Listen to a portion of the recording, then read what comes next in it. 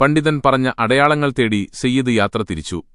മണൽക്കാറ്റുകളെയും കഠിനമായ വെയിലിനെയും അതിജീവിച്ച് സയ്യിദ് ആ രാജ്യത്തെത്തി. പണ്ഡിതൻ പറഞ്ഞ അടയാളങ്ങൾക്കായി അവന്റെ കണ്ണുകൾ തിരഞ്ഞുകൊണ്ടിരുന്നു. പെട്ടെന്ന് വിജനമായ പാതക്കരികിൽ പച്ചപ്പ് നിറഞ്ഞ ഒരു മനോഹരമായ ഉദ്യാനം അവൻ കണ്ടു. അവിടെ ഒരു വലിയ മരത്തണലിൽ കറുത്ത വസ്ത്രം ധരിച്ച് വെള്ളിനാരുപോലെയുള്ള താടിയുമായി ഒരാൾ ധ്യാനത്തിലിരിക്കുന്നു. ഇദ്ദേഹം തന്നെയായിരിക്കും എന്റെ ഗുരു എന്ന് സയ്യിദ് ഉറപ്പിച്ചു. അവൻ വിനയാന്വിതനായി അദ്ദേഹത്തിന്റെ അരികിലെത്തി കൈകൾ ചുംബിച്ചു. എന്നാൽ അതൊരു ക്രിസ്ത്യൻ പാതിരിയായിരുന്നു. സയ്യിദിന്റെ കണ്ണുകളിലെ നിഷ്കളങ്കതയും ഗുരുവിനായുള്ള ദാഹവും കണ്ടപ്പോൾ പാതിരിക്ക് കൗതുകം തോന്നി. ഒരു തമാശയ്ക്കായി അദ്ദേഹം ഭാവം മാറ്റി.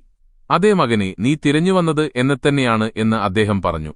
വിരലുകൾ കൊണ്ട് അന്തരീക്ഷത്തിൽ ചില അടയാളങ്ങൾ കാണിച്ച് അർത്ഥമില്ലാത്ത ചില വാക്കുകൾ മന്ത്രങ്ങളാണെന്ന് പറഞ്ഞ് അദ്ദേഹം സയ്യിദിന് നൽകി.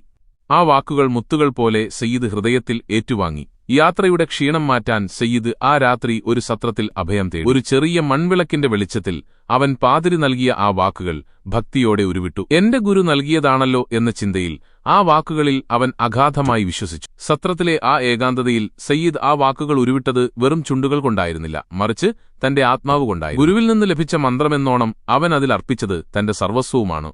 ഇവിടെയാണ് ആ അത്ഭുതം സംഭവിക്കുന്നത്. ആ വാക്കുകൾക്ക് അർത്ഥമില്ലായിരുന്നിരിക്കാം, പക്ഷേ സയ്യിദിന്റെ നീയത്തിന് ഉദ്ദേശ്യം ആകാശത്തോളം പരിശുദ്ധിയുണ്ടായിരുന്നു. അവൻ പടച്ചവനെ വിളിച്ചത് നിഷ്കളങ്കമായ ഹൃദയം കൊണ്ടായതുകൊണ്ട് ആ തെറ്റായ വാക്കുകളിലൂടെ പോലും പടച്ചവൻ അവനെ ശരിയായ വഴിയിലേക്ക് നയിച്ചു. പെട്ടെന്ന് മുറിയിലെ കാറ്റ് നിശ്ചലമായി.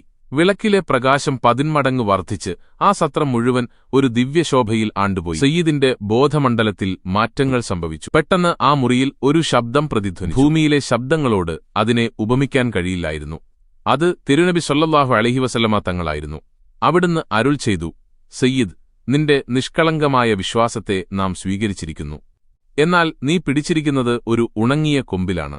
ആ പാതിരി നിന്നെ തമാശയ്ക്ക് കളിപ്പിച്ചതാണ്. നിന്റെ യഥാർത്ഥ ഗുരു ഇന്ന സ്ഥലത്ത് നിനക്കായി കാത്തിരിക്കുന്നു. ഭയവും ഭക്തിയും കൊണ്ട് സയ്യിദ് വിറച്ചുപോയി. അവന്റെ കണ്ണുകളിൽ നിന്ന് കണ്ണുനീർ ധാരധാരയായി ഒഴുകി.